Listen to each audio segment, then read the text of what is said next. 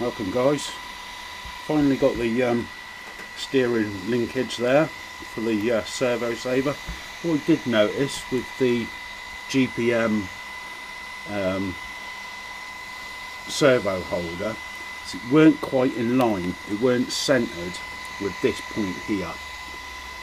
What you got to do is have the car upside down, obviously front off, drop it in there and see. I had to grind about 2 or 3 millimeters off the edge of the tray that holds a standard 1/10 scale servo, get it centered, and obviously there's a bearing in here, because last time, because it didn't line up, I didn't put the bearing in. I think that's what knackered the servo. As he bounced down, he probably bounced the servo and stripped the teeth. So this time I made purposely sure that it was all centered, the bearings in there. What I had to do is undo the bell crank a little bit, just so that I could twist him about and get him in. But in the last video I said about the 7.4 volt BEC that I installed there. That is wired directly to the terminals. Obviously you've got to cut a wire in here to pull the plug out, the pin out the plug. But yeah, look at the speed of that, guys. 7.4 volts, 36 kilogram EcoBoost servo, and because the other one was a 46 kilogram JX. This one's cordless, but yeah, the main drive off the motor on the servo is so thin it just stripped all the teeth off it. So that is, I'm going to get the tyres on it in a minute and put it out on the grass and see if it turns. But yeah, that's super fast and I'm well impressed with it now. Hopefully that's the last issue we get with this car.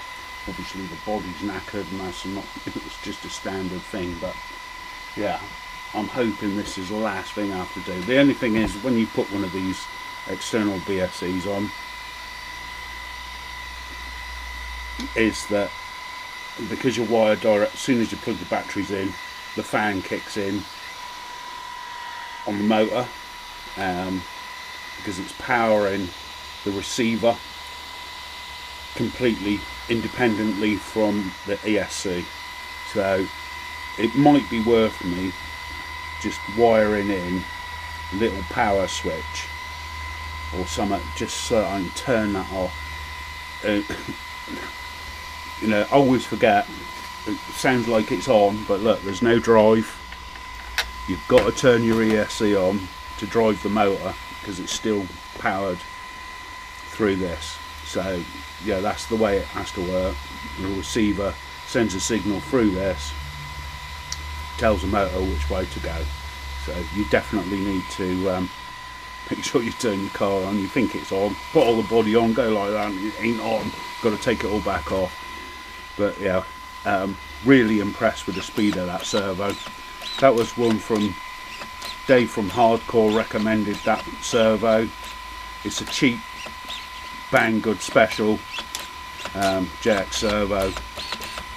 Hopefully it's not going to start playing up again, but we'll give it a bash and see what happens.